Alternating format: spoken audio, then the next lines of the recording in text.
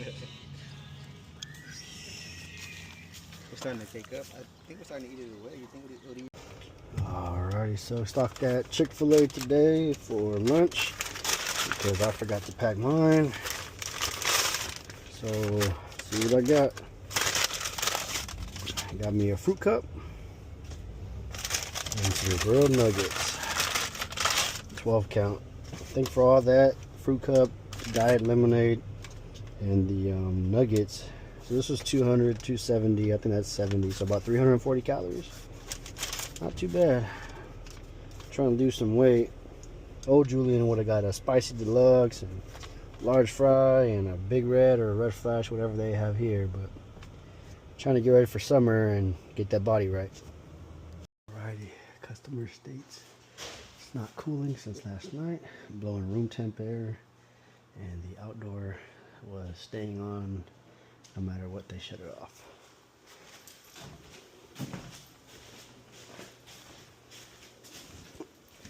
So right now it's 76 in here and off. Take a look and see what we can find. So first thing that I noticed when we get here is some condensation right there. So coil may be frozen, but we'll see.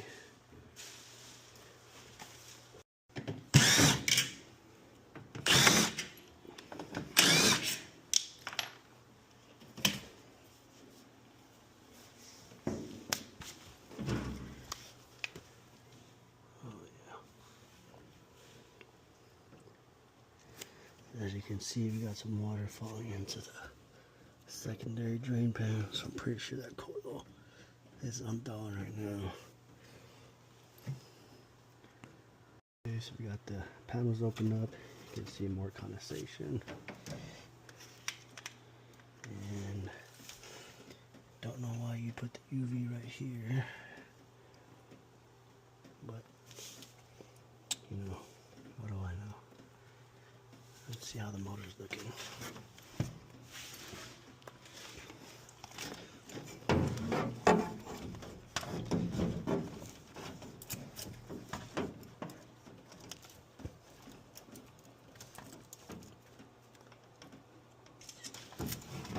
Motor doesn't look too bad.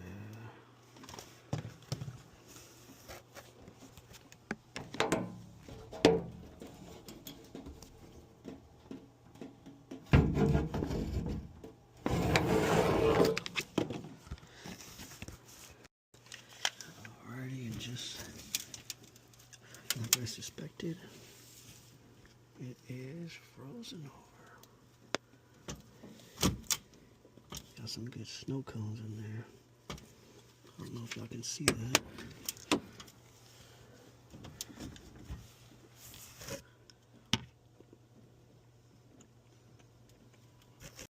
So I'm just looking at the drain line, the secondary at least, and you can see it's pitched up. So even if this primary were to clog up, it's going back at a slope, and the water's going to end up overflowing from the sides. I mean, some may get through, but you know, chances of it coming out the sides and causing a lot more flooding is 10 times more likely because of this high pitch. So I'm going to go ahead and try to thaw it out.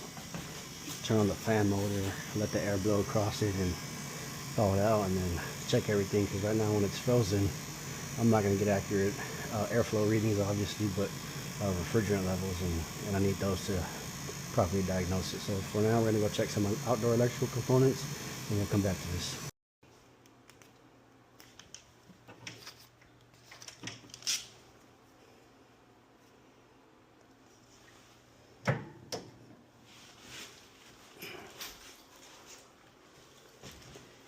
Kitty kitty. Oh man, short people problems. Oh yeah, I think I'm gonna be able to get that. Let's try this. There we go.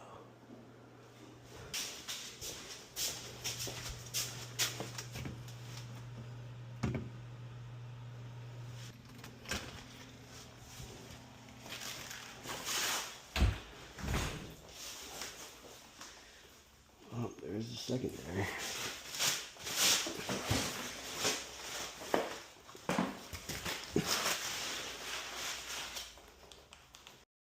So just off the bat, I can already see that contactor is pitted. You can even see debris in the lug nut right there. It's pretty sure it's already welded itself shut, and that's why you couldn't turn it off.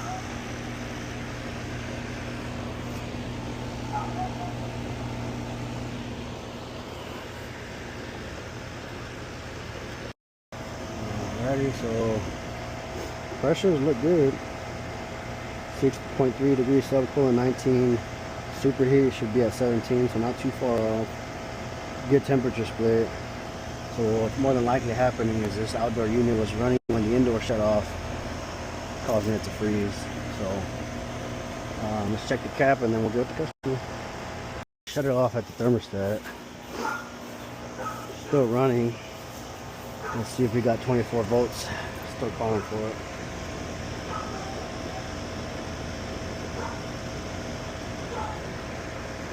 So I got 0 volts, just like I thought. It's pitted, allowing the voltage to go through and cause it to run still. Alright, so our customer agreed to do a kind of a rejuvenation.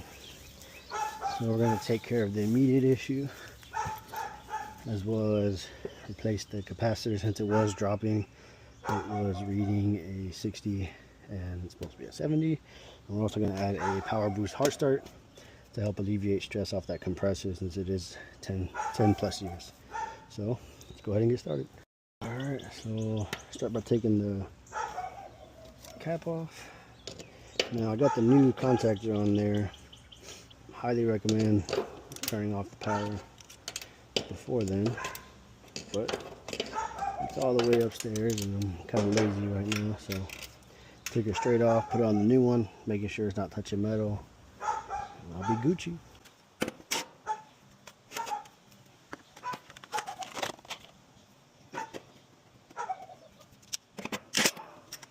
Alright, coming for here. And turn.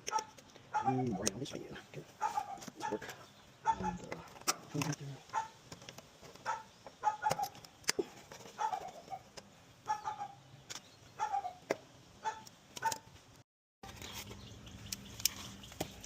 So one of the reasons I use the ratchet rather than the clines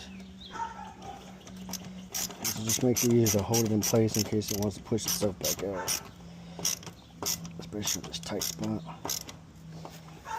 Okay, one last quarter turn. Tight.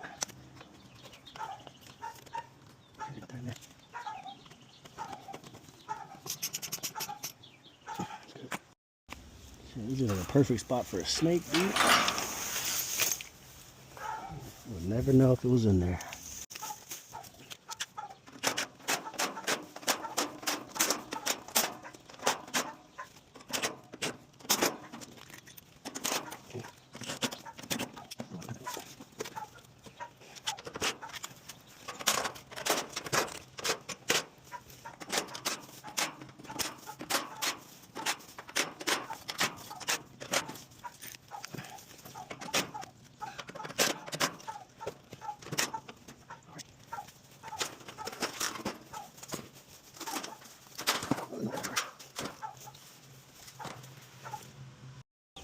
Now I don't have the condenser coil cleaners, but I'm gonna try, well I guess this one's both. So I'm gonna try Viper on this side, and my other one, which I have to double check the brand, but either way we're gonna see which one does better. Now what I love about Viper is it foams up a lot. I'm one of those people that more foam means more clean. Kind of like when you wash the dishes, you ain't got enough soap in that sink, I ain't trusting you. So alright, the other brand was Multi-Enzyme HVAC Coil Cleaner by Arisguard. So let's go ahead and try that.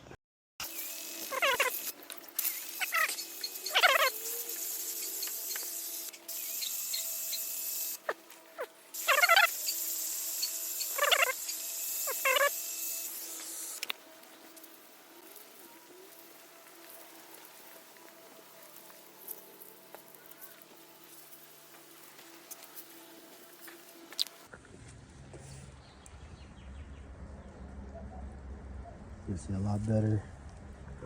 Not really happy with the way it came out due to low water pressure, but you can see it's a huge difference. So we got the condenser coil clean, got the parts replaced. We're gonna go inside, turn it on, vacuum out the water in the drain pan for the customer, shut off the thermostat, and make sure it's good to go. Came all the way up here without my flashlight, I forgot it. So, phone light's gonna have to do.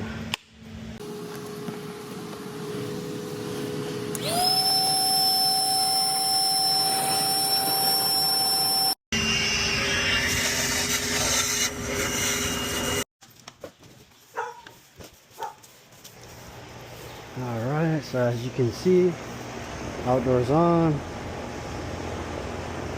So let's go ahead and turn off at the thermostat and make sure it shuts off on its own.